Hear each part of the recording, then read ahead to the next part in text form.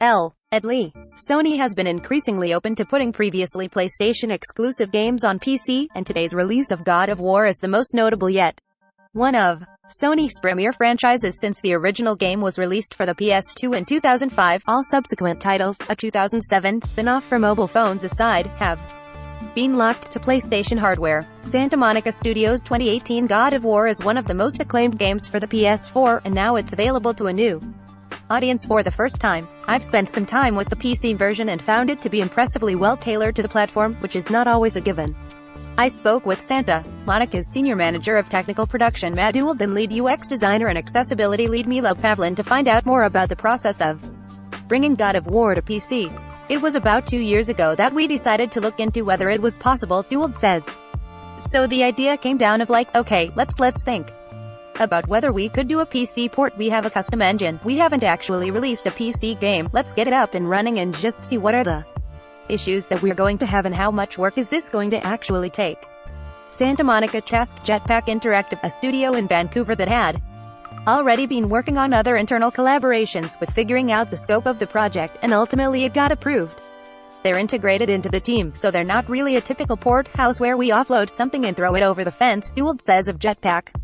They are working out of our code bases, they're on our team's channels, and they're communicating with our team. They're part of our stand-ups. 4 engineers at Jetpack handled primary development to the port, with Ewald serving as producer and other Santa Monica members like Pavlin making additional contributions. PC players wanted to feel like it was built for the PC rather than being a port, says Pavlin, who worked on the project's UX and controls. So a lot of the work that we did early on was about hitting those points on the graphic quality, making sure that the graphics quality were up to standards and that it was responsive on the PC platform, and then making sure that the controls were customizable and felt good in the native configuration. I can't speak to how God of War will run on everyone's PC, of course, and as a hypothetical, Ewald wouldn't be drawn on how it'll perform on the Steam Deck, but my experience with the game on a 5-year-old machine has been positive. There are a lot of graphical options and performance has been more less in line with what I'd expect. I average about 50 frames per second on a 1440p ultra-wide monitor with G-Sync, and that's using a Skylake Core i5 processor and a GTX 1080 with a mixture of settings. Each visual option can be run in original mode, which basically gives you PS4 level quality, and you can crank them up or down from there. PC players wanted to feel like it was built for the PC rather than being a port. While you might not immediately think of it as a good fit given its heritage as a console-based action game, God of War on PC can be played with mouse and keyboard controls, and the scheme is surprisingly well thought out.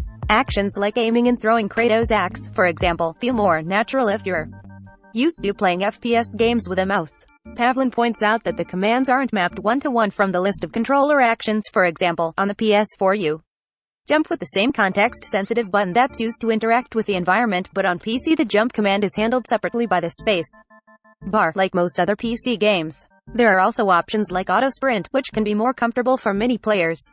Personally, I would still lean toward using a controller, but I've finished the game on the PS4, so I'm already used to it. For newcomers who only play on PC, the mouse and keyboard scheme is a thoughtful addition. I found it very comfortable to use because I'm used to that from my other games. I play a lot of PC games, Pavlin says.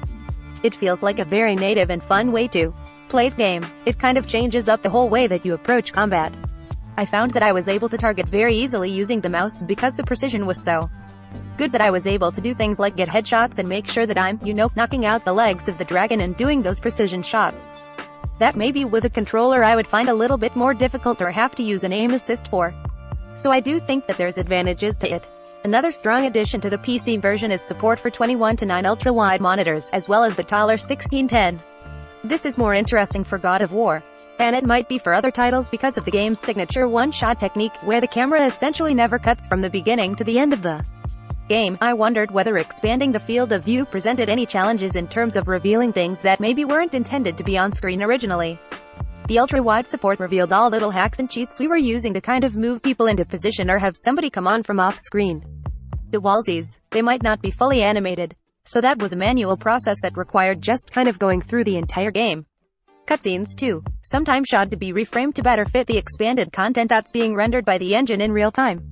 The results are impressive. I never felt like anything looked out of place, and Kratos' AI-controlled son Atreus follows along with you just as convincingly as he did on a 16:9 TV. Unfortunately, though, you'll need to run the game at ultra-wide resolution if you want a wider field of view, because there isn't a conventional FOV slider. The Wallsies introduced bugs that the team didn't have time to fix, with the game basing certain logic on what's on or off screen at a given moment. God of War wasn't originally designed as a PC game, and the experience of going back and making it feel native to a platform has prompted Santa Monica Studio to re-examine its workflow. Moving into the PC space really got us to think not just about PC releases but also our entire pipeline, Pavlin says. So, looking at how we make things more adjustable and customizable from the get-go with the way that we're building our codebase and our assets. If we know that we're going to have a large range of formats that we're going to move into, or we know that we're going to need to have control customization, the programmers actually need to know that very early on in a project so that they can build the codebase in a way that's more flexible. That will also allow Santa Monica Studio to help make its games more accessible, with Pavlin citing the example of how the way God of War was initially only designed with hard-coded PS4 controls in mind caused a lot of work for the team to rethink its inputs on PC. This is very important not just for PC ports but also you're moving forward with accessibility and making sure that you are supporting additional control functions, controller customization, or keyboard customization. And in future projects, we've learned those key lessons here that we can take into actually designing our games better for them to be more flexible for the future, to make it easier on everyone going forward. Santa Monica Studio is currently developing God of War's sequel, God of War Ragnarok, which is set to be released on the PS4 and PS5 this year. There's no word on whether it'll ever make it to the PC, but Pavlin's comments suggest that God of War's PC port could have a positive impact on even the console versions of Ragnarok. For now, it's simply the best way to play the game and well worth checking out whether you're a new or returning player. God of War is out on Steam and the Epic Games Store today.